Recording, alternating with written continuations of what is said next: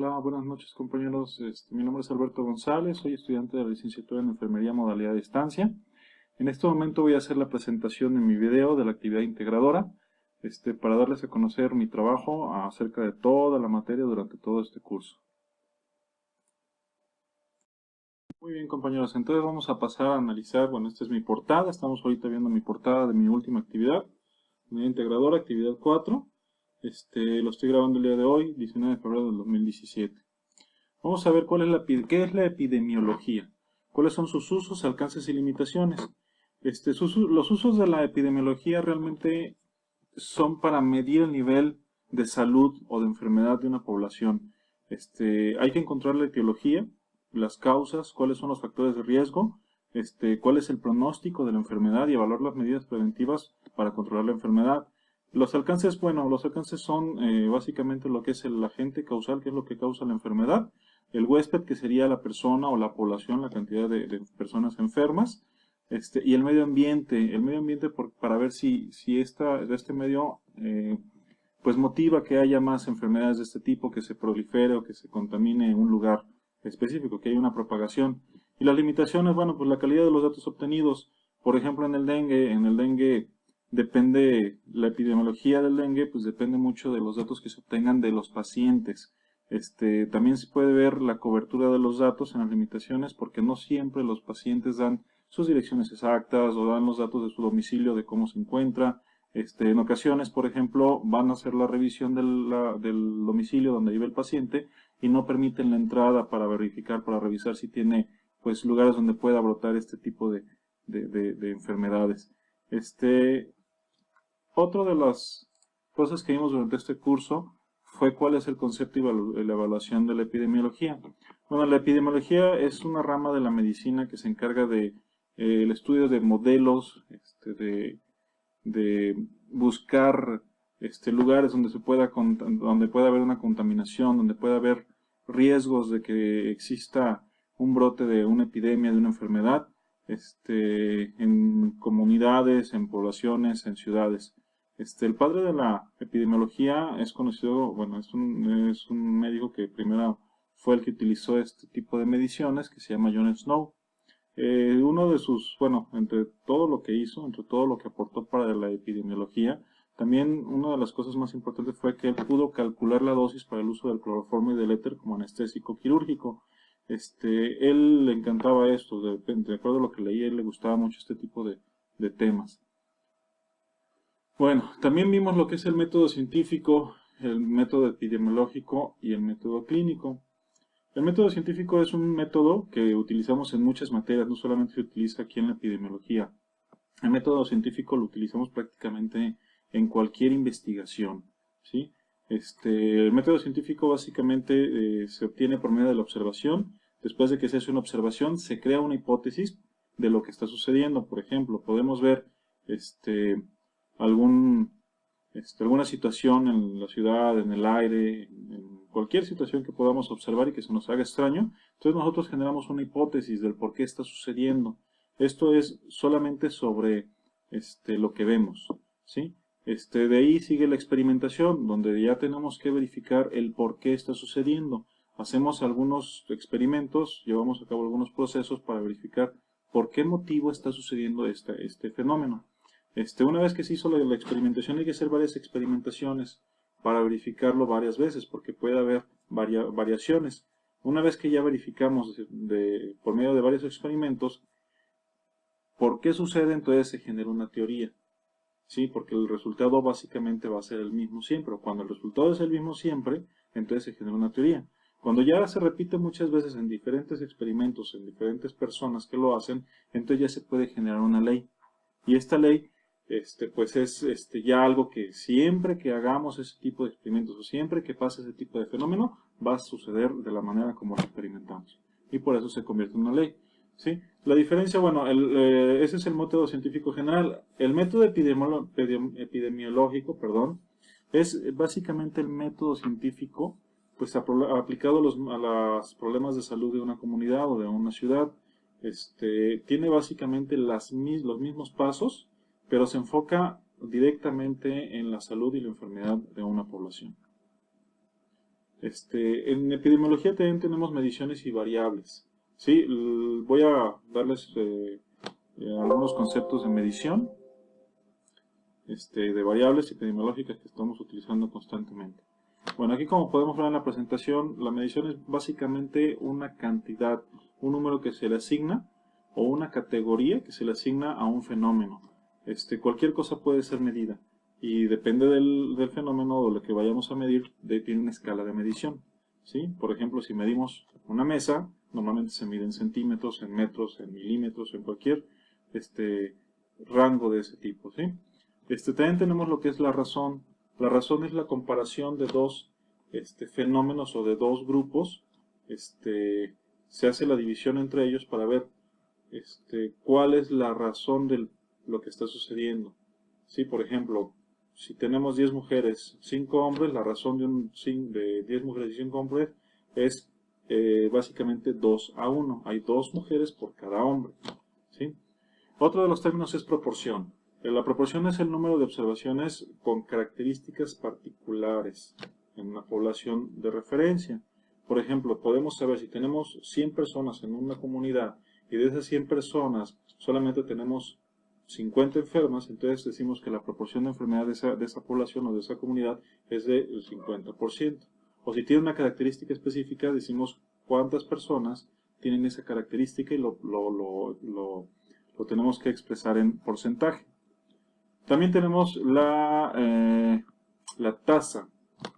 La tasa es la rapidez del cambio de un fenómeno. Por ejemplo, ¿cuántas veces ocurre una situación? ¿Cuántas veces está sucediendo que se están enfermando las personas? Existen diferentes tipos de tasas de medición.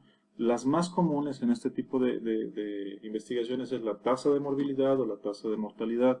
Entonces, con esta tasa nosotros podemos ver o podemos saber qué tan rápido está ocurriendo. Por ejemplo, la tasa de mortalidad, qué tan rápido está falleciendo las personas, por qué causas. ¿Sí? Podemos decir por qué causas.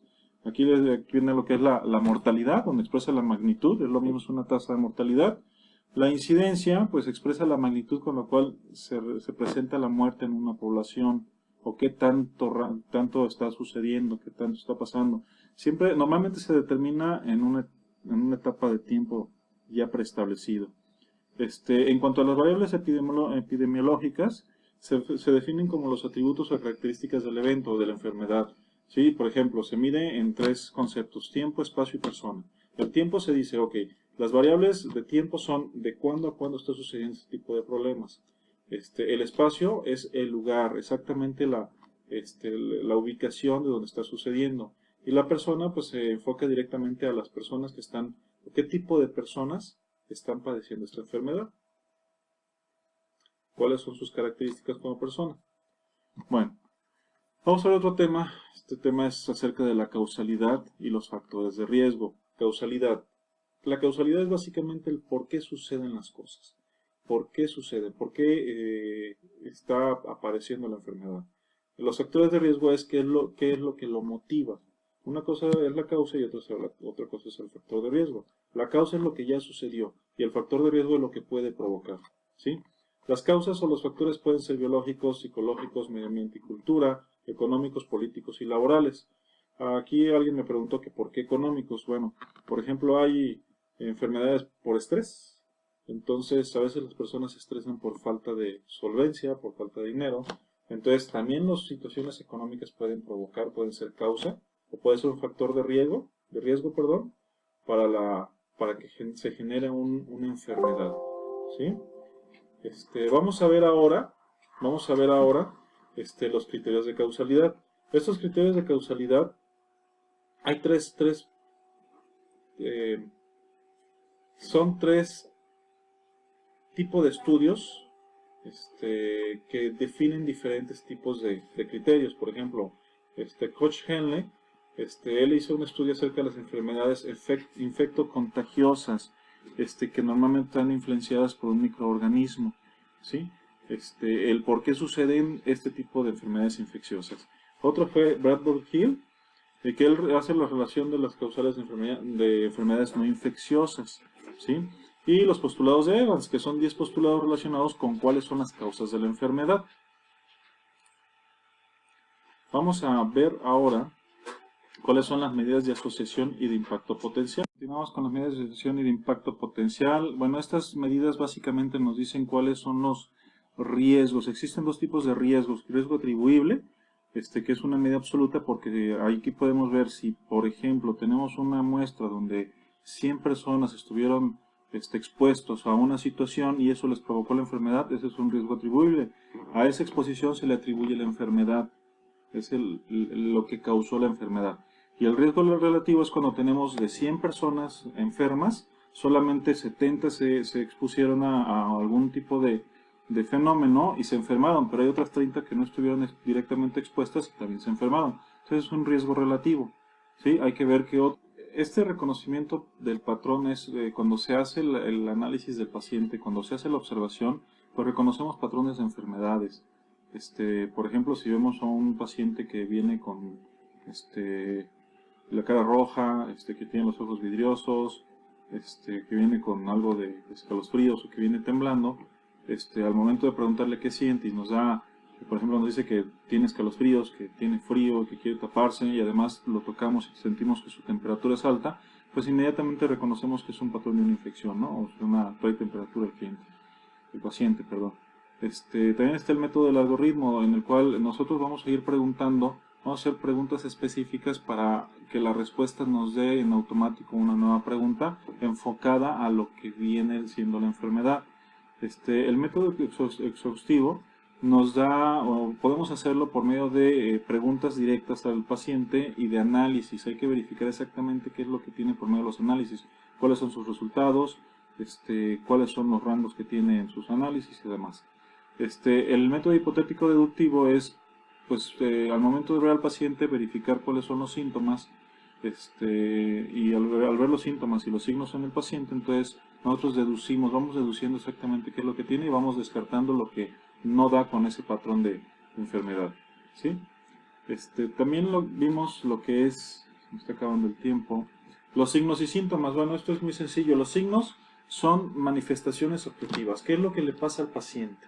¿Sí? Si nosotros vemos, por ejemplo, una inflamación, pues eso es algo objetivo, es una alteración orgánica.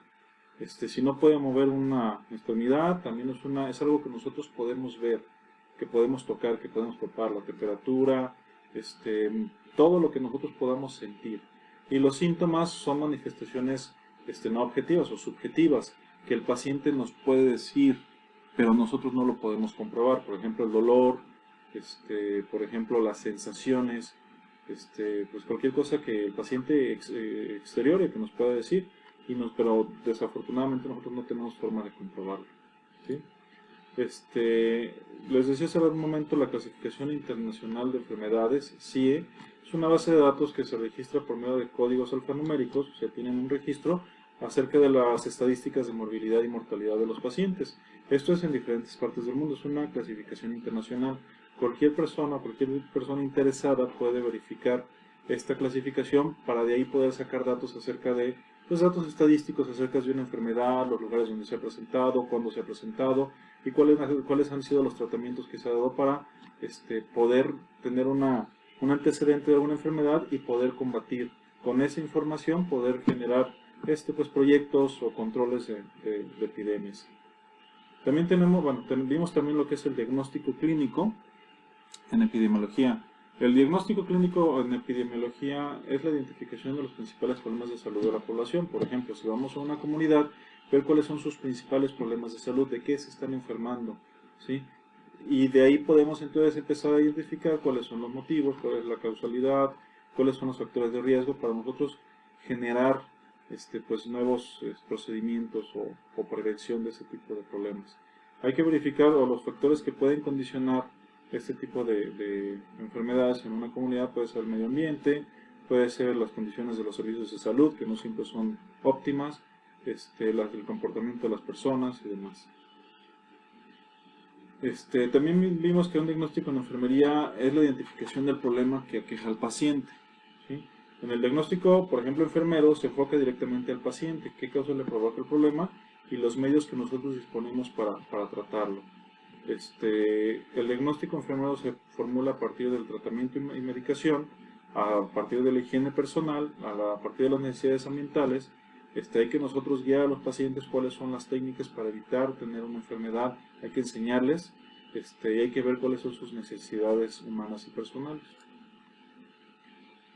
Bueno, ya vimos esto que es signo, que es síntoma. Aquí hay algunos signos que son fáciles de identificar, que nosotros podemos ver. Por ejemplo, fiebre, podemos medir. Bueno, compañeros, y por último ya tenemos aquí la bibliografía, que está muy extensa. Son todas las páginas de internet, todas las revistas, los artículos y todo lo que consulté para poder terminar este trabajo. He llegado a la fin de la presentación, les agradezco mucho su atención. No me ajustaron los 15 minutos, tuve que editar el video y cortar algo, pero espero que sea suficiente. Les agradezco mucho su atención y que pasen buenas tardes, noches. Y te faltó